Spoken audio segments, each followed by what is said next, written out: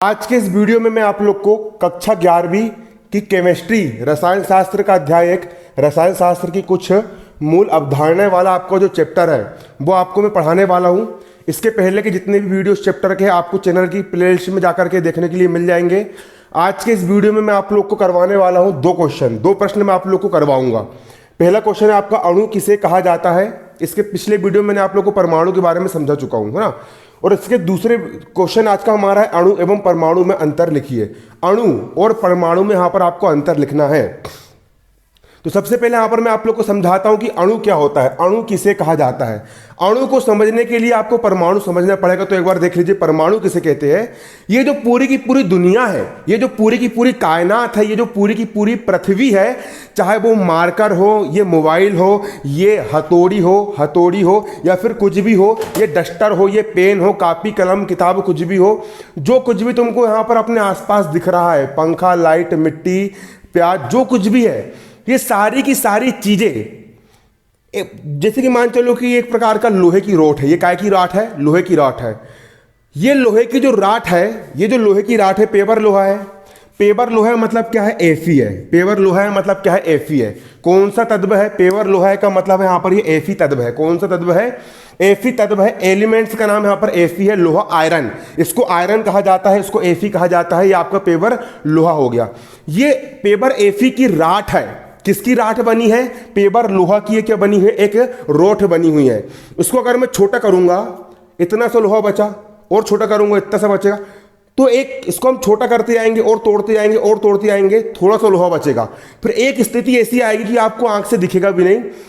तो जो सबसे छोटा कण होगा, इतना छोटा कण कि उससे छोटा कण कोई हो ही ना, तो किसी भी तत्व का जो बिल्कुल छोटे से छोटा कण होता है, इतना छोटा कि उससे छोटा कण आपको दिखे ही ना, किसी भी तत्व का सूक्ष्मतम कण, छोटे से छोटा कण, किसी भी तत्व का छोटे से छोटा कण, सूक्ष्मतम कण, इतना छोटा कण कि उससे छोटा कण आपको मिले ही ना, तो सबसे छोटे कण को हम परमाणु कहते हैं। सबसे छोटे कण को हम क्या कहते हैं? परमाणु कहते हैं। तो परमाणु को जिस प्रकार एक मकान ईंट से मिलकर के बना होता है, उसी प्रकार पूरी दुनिया में सबसे छोटा कण परमाणु होता है। और पूरी की पूरी दुनिया परमाणु से मिलकर के बनी है। किससे मिलकर के बनी है? परमाणु से मिलकर के बनी है। तो आपको समझ में आ गया परमाणु क्या होता है? सबसे छोटा कण होता है। तो अब अणु किसको कहते हैं? तो देखिए बच्चों, दो परमाणुओं के मिलने से अणु बनता है। आपको यह याद रखना पड़ेगा। एक परमाणु आपका जे हो गया, दूसरा परमाणु आपका जे हो गया। ये दोनों जैसे आपस में मिलेंगे और क्रिया करके चिपक जाएंगे, दोनों आपस में मिलेंगे और क्रिया करके चिपक जाएंगे। एक परमाणु जे, दूसरा परमाणु जे, दोनों आपस में मिले और मिलकर के चिपक गए। तो जब दो परमाणुओं के मिलने से क्या बनता है? आपका अणु बनता है। तो जो अणु होता है, अणु भी बिल्कुल छोटे से छोटा कण होता है, सूक्ष्मतम कण होता है। जैसे कि देखिए, एक अणु ले रहा हूं यहां पर मैं, जल का अणु, जल का एक ही अणु। आपने पानी देखे हो, बहुत सारा पानी, टाके में पानी भरा हुआ है। टाके में क्या भरा हुआ है? पूरा पानी भरा हुआ है, पूरा जल भरा हुआ है। जल कहां पर भरा हुआ है? पानी कहां पर भरा हुआ है? टाका में भरा हुआ है। तो वहां पर जल के बहुत सारे लाखों करोड़ों अरबों अणु हैं। लेकिन अगर हम पानी को थोड़ा कम करें, तो जो सबसे एक छोटा सा जल का जो अणु बनेगा वो रहेगा आपका जल का ये अणु। ये आपका जल का अणु। अणु का मतलब होता है सबसे छोटा सूक्ष्मतम कण, बिल्कुल अणु कहलाएगा। लेकिन जो अणु है, अणु परमाणु से मिलकर के बनेगा। कंफ्यूज नहीं होना, अणु किससे मिलकर के बनेगा? परमाणु से मिलकर के बनेगा। जल का जो अणु है वो 3 परमाणु से मिलकर के बना होता है। हाइड्रोजन जैसे 2 परमाणु, एक हाइड्रोजन का परमाणु जे हो गया और दूसरे हाइड्रोजन का परमाणु जे हो गया, और एक ऑक्सीजन का परमाणु। इस प्रकार से यहां पर 3 परमाणु मिलते हैं, 2 हाइड्रोजन के परमाणु और एक ऑक्सीजन का परमाणु। और 3 परमाणुओं के मिलने से किसका निर्माण होता है? एक अणु का निर्माण होता है। एक अणु और ले लेंगे यहां पर, देखो O2 बोलते हैं हम, oxygen gas, O2 form. O2 जो गैस होती है, ऑक्सीजन जो गैस होती है, हम इसका उपयोग सांस लेने के लिए करते हैं। सांस लेने के लिए हम कौन सा गैस का उपयोग करते हैं? ऑक्सीजन गैस का उपयोग। हम जब सांस लेते हैं तो ऑक्सीजन गैस हमारे फेफड़ा के अंदर जाती है, और जब हम सांस छोड़ते हैं तो कार्बन डाइऑक्साइड गैस बाहर निकलती है। तो जो ऑक्सीजन गैस होती है, सिर्फ ऑक्सीजन परमाणु के रूप में नहीं होती, बल्कि एक ऑक्सीजन परमाणु और दूसरा ऑक्सीजन परमाणु दोनों आपस में मिलकर के O2 का एक अणु बनाते हैं। और इस ऑक्सीजन गैस आपकी वायुमंडल में पाई जाती है। है ना। तो ये एक प्रकार का क्या है, एक अणु है। किसका अणु है, ऑक्सीजन का अणु है। तो अणु किसको बोलते हैं, अणु हम बोलते हैं दो पदार्थ जब आपस में जुड़ते हैं और जुड़ करके जब यौगिक बनाते हैं तो उसको हम अणु कहते हैं। अब देखिए बच्चों, यहां पर मैं आप लोग को एक बात और कहना चाहूंगा। सिंपल सी बात यहां पर यह है कि अब आपको इसको मेरे को लिखवाना भी पड़ेगा। अगर मैं खाली आपको समझाऊंगा और आप सिर्फ समझोगे बस, तो आप इसको भूल जाओगे। इसलिए आपको कॉपी में नोट भी करना पड़ेगा। तो अब आप लोग कॉपी खोल लीजिए, मैं आपको बोल करके लिखवाता हूं। ठीक, आप लोग कॉपी खोल लीजिए। तो क्वेश्चन लिखिए सबसे पहले कॉपी में। देखो, मैं से पढ़ोगे तो मैं आपको पूरा पूरा पढ़वाऊंगा, मैं आपके प्रॉपर नोट्स भी बनवाऊंगा। आप लोग बोलोगे नोट्स यहाँ वहाँ अपलोड कर दो, मैं अपलोड करूंगा, आप लोग लिखोगे नहीं। इसलिए मैं आप लोग को यहाँ पर लिखवाऊंगा, तुरंत लाइव में यहाँ पर आपको लिखवाऊंगा कॉपी में, और आप लोग को लाइव कॉपी में लिखना है ना, और समझना भी है। तो चलिए क्वेश्चन लिखिए आप लोग, अणु किसे कहते हैं। लिखो क्वेश्चन, अणु किसे कहते हैं।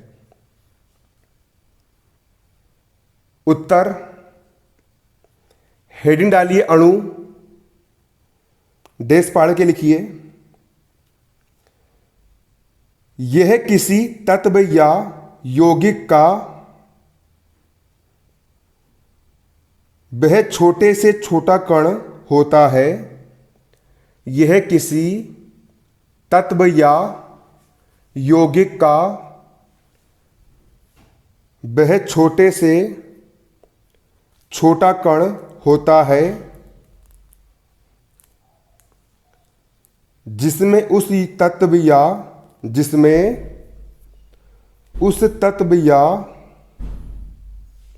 यौगिक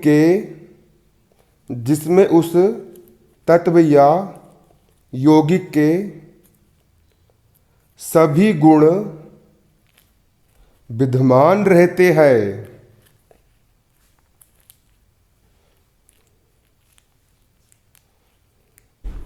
और जो स्वतंत्र अवस्था में रह सकता है। लिखो, और जो स्वतंत्र अवस्था में रह सकता है ना। फिर आगे लिखो, यह एक या एक से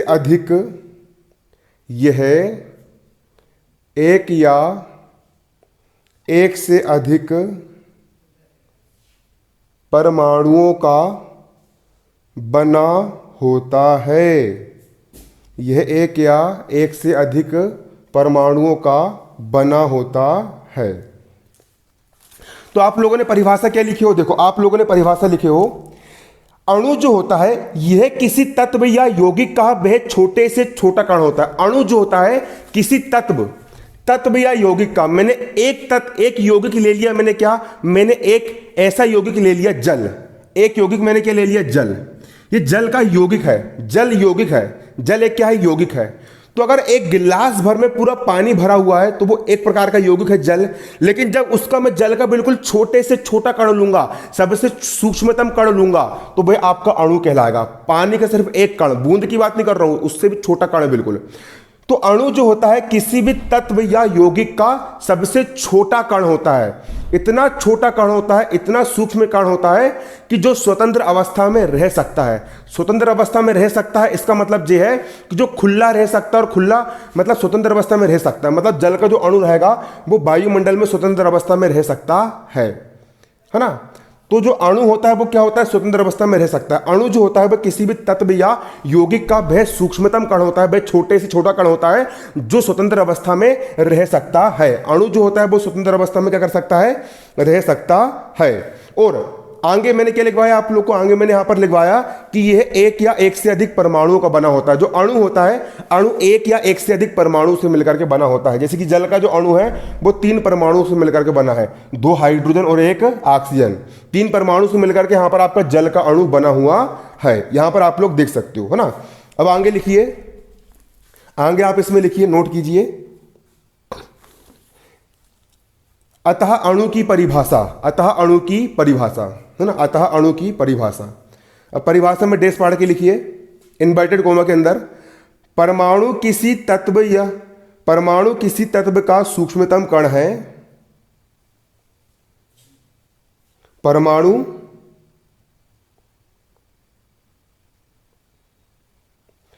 चलिए ये परिभाषा मत लिखिए, वही परिभाषा आपकी काम की है ना। क्या लिखिए आपने, ये किसी तत्व या यौगिक का वह छोटे से छोटा कण होता है। अणु जो होता है वह किसी तत्व या यौगिक का वह छोटे से छोटा कण होता है। अणु जो होता है आपका अणु किसी भी तत्व का है ना। तत्व किसको बोलते हैं, जैसे कि आयरन का पेवर तत्व हो गया है ना।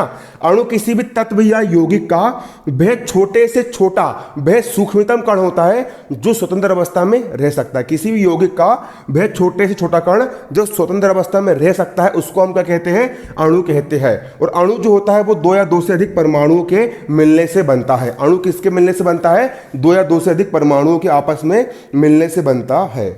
अब अणु जो होता है, अणु दो प्रकार के होते हैं। चलिए है ना, अब डालिए हेडिंग अणु के प्रकार। हेडिंग डालिए अणु के प्रकार, डालिए कॉपी में हेडिंग अणु के प्रकार। हेडिंग डालिए अणु के प्रकार, लिखिए यहां पर अणु दो प्रकार का होता है।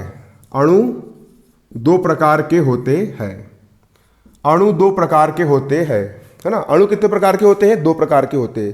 पहला लिखो तत्व के अणु, पहला लिखो तत्व के अणु। तत्व के अणु, पहला लिखो तत्व के अणु। किसके अणु, तत्व के अणु। अब कई सारे बच्चों को ये नहीं पता कि तत्व किसको बोलते हैं, तो मैं आप लोग को ये बताना चाहता हूं तत्व जो होते हैं, जो आपके एलिमेंट्स होते हैं, ये जो पूरी दुनिया है, पूरी दुनिया कुल मिलाकर के 118 तत्वों से मिलकर के बनी है। ये जो 118 तत्व होते हैं, जब ये 118 तत्व आपस में विभिन्न प्रकार से संयोग करते हैं, जब ये 118 तत्व आपस में विभिन्न प्रकार से संयोग करते हैं तो कई प्रकार के आपके अणु का निर्माण होता है। जितनी भी चीज बनी है, जैसे कि तत्व, दुनिया में कितने तत्व होते हैं, 118 तत्व होते हैं। तत्वों की संख्या कितनी है, 118 तत्व है। तत्वों की संख्या 118 है। आप लोग ने प्रायोगिक टेबल दिए होंगे, देखे होंगे, आवर्त सारणी आप लोग ने देखे होंगे है ना। जिनने नहीं देखा उसका मैंने वीडियो बना चुका, आप वहां से देख सकते हो। आवर्त सारणी में 118 तत्वों के बारे में बताया गया है कि 118 तत्व कहाँ कहाँ होते हैं और कौन कौन से होते हैं। तो 118 तत्व आपके आवर्त सारणी में पाए जाते हैं। और ये जो आपके 118 तत्व होते हैं बच्चों, इन्हीं तत्वों के मिलने से पूरी दुनिया बनी है। जैसे कि देखो, एक तत्व हो गया आपका हाइड्रोजन, ऑक्सीजन है ना, हीलियम, आयरन, लोहा है ना। इसी प्रकार आपके टोटल 118 तत्व होते हैं है ना। तो ये होते हैं आपके तत्व। तत्व की परिभाषा क्या होती है, ये होते हैं आपके तत्व जो शुद्ध अवस्था में पाए जाते हैं ना। और तत्वों के मिलने से अणु का निर्माण होता है। पूरी दुनिया जो कुछ भी बना हुआ है, जैसे कि पानी दो टाइप के तत्वों से मिलकर के बनता है, दो हाइड्रोजन के तत्व और एक ऑक्सीजन का तत्व है ना। तो डालो हेडिंग पहला तत्व के अणु। तत्व के अणु, इसमें डेस पाड़ के लिखो, इनमें या तो केवल एक ही परमाणु होता है। इनमें या तो केवल एक ही परमाणु होता है। तत्व के अणु में डेस पाड़ के लिखो, इनमें या तो केवल एक ही परमाणु होता है या एक से अधिक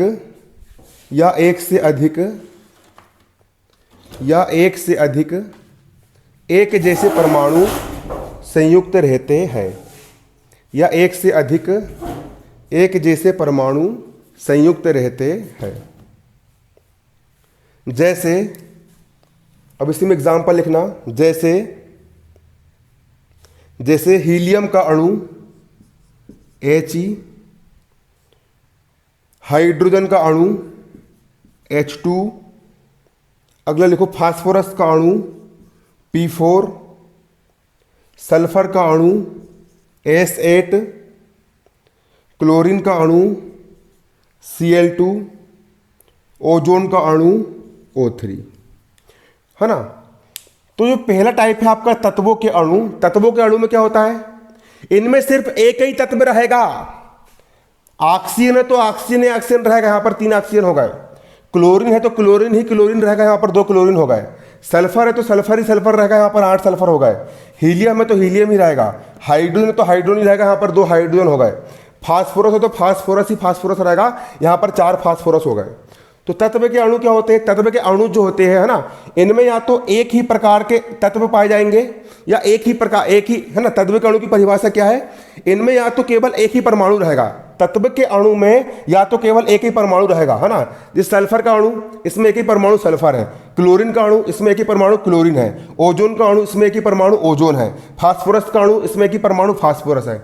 या एक से अधिक एक ही प्रकार के परमाणु रहेंगे, एक से ज़्यादा हो जाएंगे, यहाँ पर 3 हो गए, यहाँ पर 2 हो गया, यहाँ पर 8 हो गया, यहाँ पर 4 हो गया, लेकिन एक ही तत्व रहेगा। क्या रहेगा? यहाँ पर एक ही तत्व रहेगा। तो इसको अपन क्या बोलते हैं? तत्वों के अणु कहते हैं, है ना। अब नीचे लिखो इसमें, जिस अणु में केवल एक ही परमाणु होता है, जिस अणु में केवल एक ही परमाणु होता है, उसे एक परमाणुक, कोमा जिसमें 2 परमाणु होते हैं, उसे द्विपरमाणुक, कोमा और जिसमें 3 परमाणु होते हैं,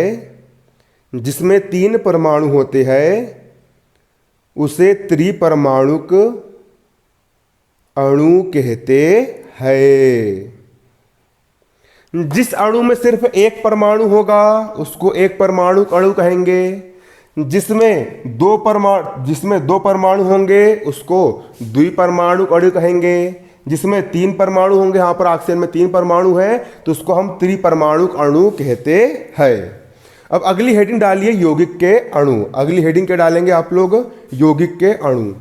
चलो डालिए अगली हेडिंग यहाँ पर आपको डालना है यौगिक के अणु, है ना।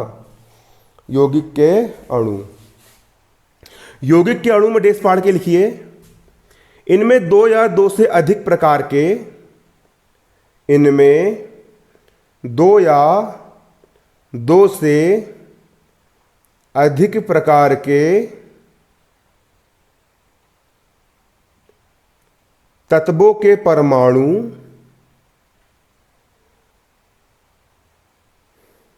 संयुक्त रहते हैं।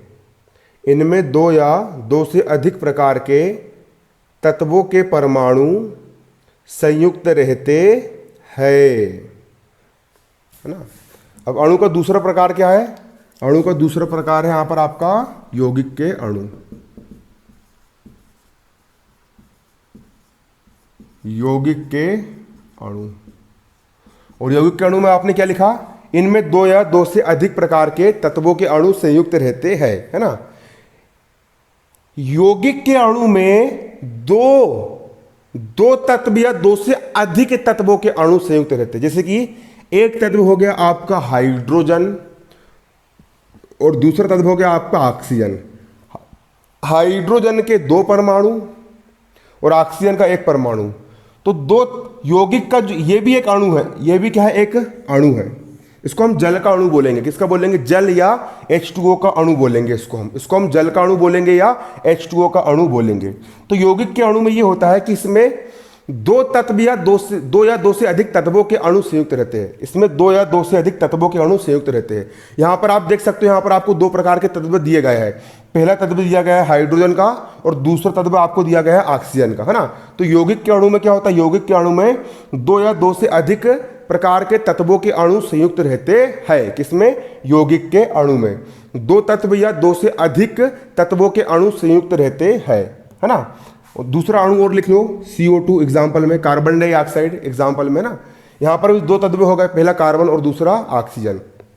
और लिख सकते हो NH3 अमोनिया का अणु, है ना। NH3 मतलब किसका अणु? अमोनिया का अणु, है ना। तो यहाँ पर, है ना, यहाँ पर आपका ये वाला क्वेश्चन आपका एंड हो गया कि आप अणु किसे कहते हैं। पेपर में आएगा तो आपको इतना पूरा लिखना है। चलिए अब अगला क्वेश्चन लिखिए, अणु एवं परमाणु में अंतर लिखिए। अणु एवं परमाणु में अंतर लिखिए। चलिए अगला क्वेश्चन लिखो, अणु एवं परमाणु में अंतर लिखिए। अब अणु और परमाणु में क्या डिफरेंस होता है? अणु और परमाणु में क्या अंतर होता है? यहां पर आपको यह बताना है कि अणु और परमाणु में क्या अंतर होता है। अणु और परमाणु में अंतर लिखिए। उत्तर डालिए, उत्तर में लिखिए अणु एवं परमाणु में अंतर निम्नलिखित है। अणु एवं परमाणु में अंतर निम्नलिखित है। अणु एवं परमाणु में अंतर निम्नलिखित है। आपको यहां पर 2 कॉलम बनाना है। पहला कॉलम बनेगा आपका अणु का और दूसरा कॉलम बनेगा आपका परमाणु का, है ना। उत्तर में 2 कॉलम बनाइए, पहला कॉलम बनाइए अणु का और दूसरा बनाइए आप परमाणु का, है ना। अब अणु में पहला पॉइंट लिखो, यह पदार्थ का वह सूक्ष्मतम कण है यह पदार्थ का वह सूक्ष्मतम कण है जो स्वतंत्र अवस्था में रह सकता है। अणु में पहला पॉइंट लिखो, यह पदार्थ का वह सूक्ष्मतम कण है जो स्वतंत्र अवस्था में रह सकता है।